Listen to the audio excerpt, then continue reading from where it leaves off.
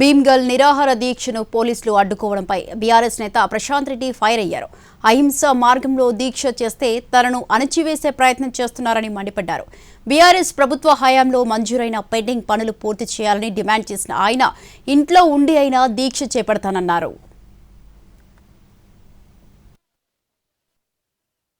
చాలా అహింసా మార్గంలో నేను రాస్తారోక చేస్తాను లేదు, ధర్నా చేస్తాను లేదు, నా ఇచ్చి నేను శిక్ష వేసుకొని ఒకరోజు నేను నిరాదీక్షలో కూర్చుంటా, అహింసా మార్గంలో కూర్చుంటానంటే ఈ ప్రభుత్వం నన్ను అనగదొక్కే ప్రయత్నం చేస్తూ ఉన్నది.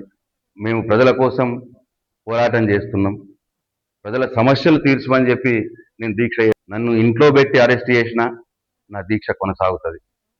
ప్రజల కోసం, ఆ సమస్యలు పూర్తి చేయడం కోసం.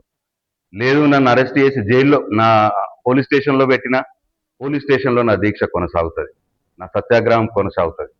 లేదు నన్ను తీసుకుపోయి జైల్లో వేసినా జైల్లో కూడా నా సత్యాగ్రహం కొనసాగుతుంది, నా నిరాదీక్ష కొనసాగుతుంది తప్పిస్తే నేను పోరాటం ఆపేది లేదు అని చెప్పి చాలా అహింసా మార్గంలో నేను